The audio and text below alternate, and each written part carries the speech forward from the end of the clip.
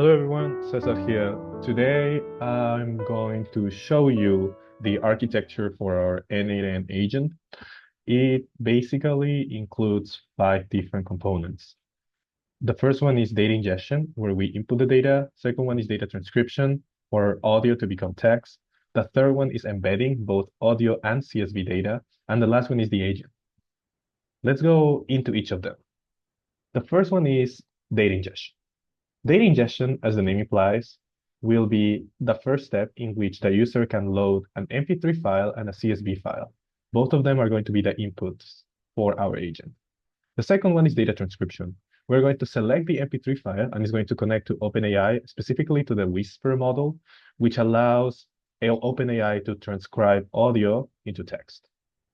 The text will then move to the audio data embedding module.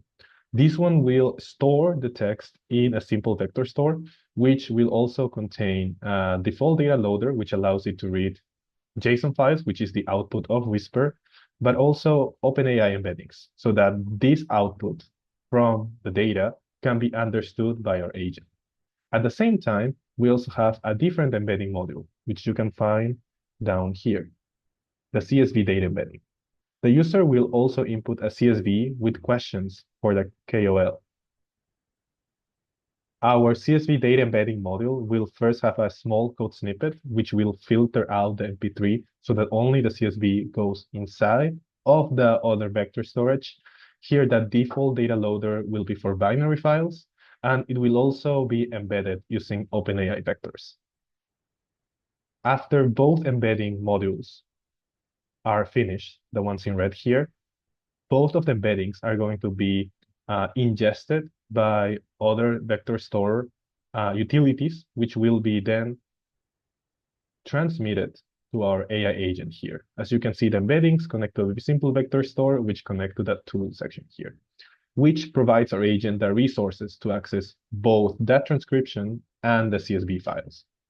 After that, the agent is connected to chat, meaning that on top of the questions that are going to be asked by the CSV, the agent is also going to be able to answer further questions by the user with respect to the KOL interview. This AI agent is also connected to OpenAI, but in this case to a chat model, so that the LLM can interact with the user. So the N8N program has finished loading, and now we can check the chat to see if we have results. So because it has access to both the CSV questions as well as the recording, then we can straight up ask it, please use the CSV in the local storage and answer its questions based on the interview transcription.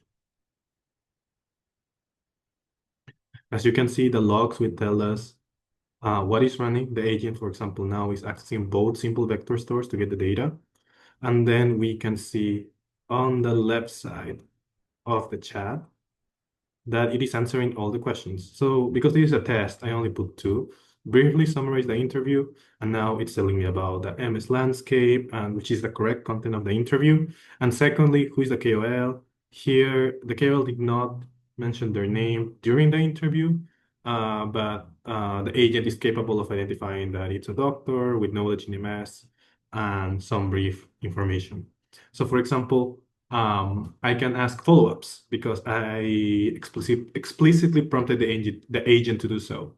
So for example, what does the doctor say about the assets in the interview?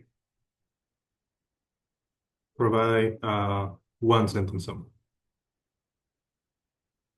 Again, on the logs, you can see what exactly is running in the nodes. So, for example, in this case, the doctor did not provide a clear opinion of statement in that interview. What does the doctor say about teleprotein?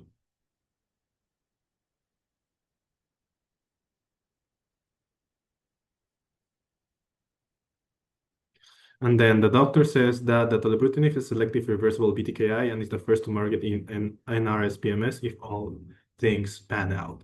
So as you can see, we can ask it a lot of questions.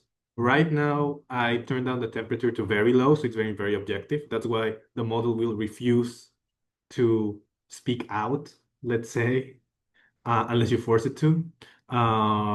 But so far, it works pretty well. I think future work should be oriented towards maybe using better models. Right now, we're running on 4.0 because we don't have a lot of memory using the free version.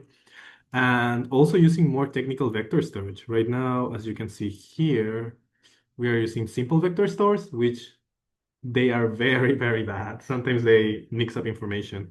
But with further technology and also further development, we could scale this to multiple interviewers, and then even generate like maybe, I don't know, agents based on our interviewees so we can get more interesting information from all of them.